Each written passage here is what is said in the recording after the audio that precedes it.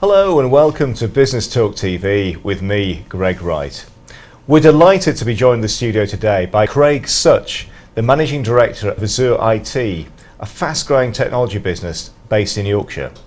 Today we're looking at how technology can improve productivity and make our region more competitive on the global stage.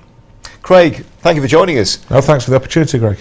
How do you believe we can use technology to really make our region more productive? I think that we're at the stage in the economy where people have realised that technology can be a way of making themselves more effective, more efficient.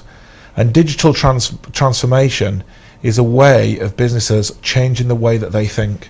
Rather than thinking that they're constrained by the manual effort and manual systems that they currently have, they can now use technology in order to collaborate better with their workforce, not necessarily just on their premises, but also people based around the country, based on different sites, be it within their own business or with partners such as customers and suppliers. In terms of your business, what do you do to help businesses become more productive? Because I know you're very much at the cutting edge of technology. So we provide Microsoft Business Solutions, which help businesses take that digital revolution and apply that to their business.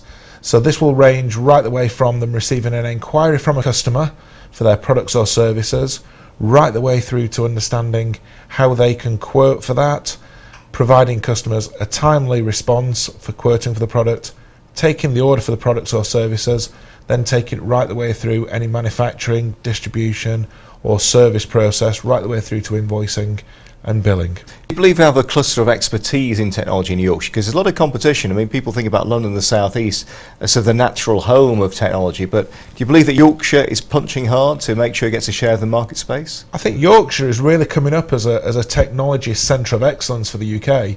So if we look at the main sort of drivers behind that, you've got a lot of large technology companies who've taken up presence in Leeds and in Sheffield.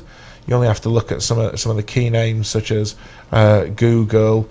You've got Sky's technology divisions in Leeds and in Sheffield, and there's a lot of other technology businesses based throughout the region as well. It's easy to retain key staff here because people often say the biggest issue facing firms are skills shortages. In other words, you can't find the right staff, or when you find them, it's hard to hang on to them. Do you find that to be the case?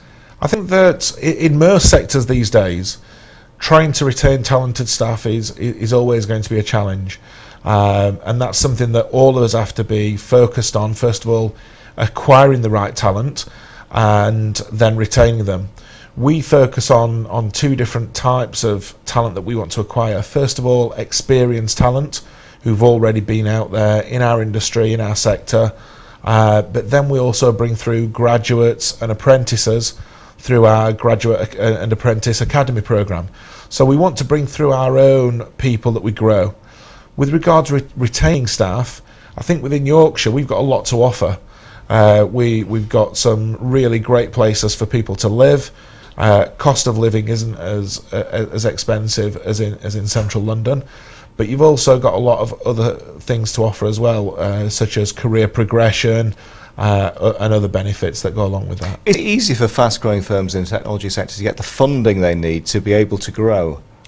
I think the funding in the technology centre is difficult. If we look back just a few years ago, since the downturn in the economy, that had a big change to funding and banks.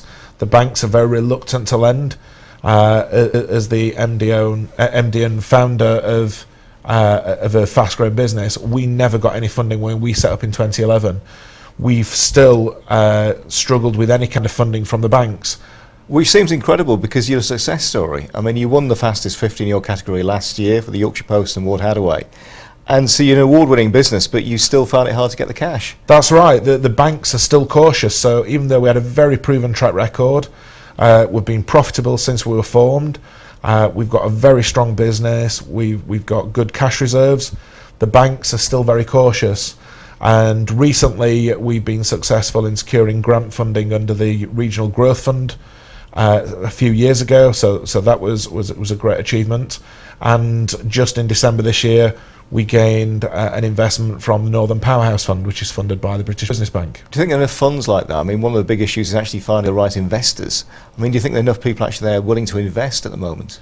I think there are investors out there, and If we take our recent investment with the Northern Powerhouse Fund, that was through Mercia Fund Managers. So luckily we already had a relationship with some of the people at Mercia.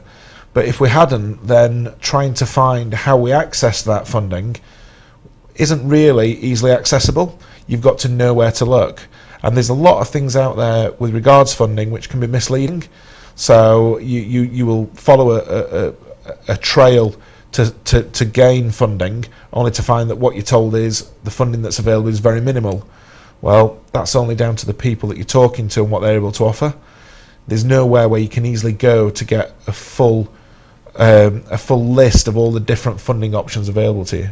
And finally, do you think the government could help to sort this? Because if you don't get the access to funding, how can you grow? And particularly for technology firms in a sector which has got tremendous potential to bring investment into the region, is there anything that the policymakers could do to actually free up some of that funding and make it easier for fast-growing firms to keep on growing?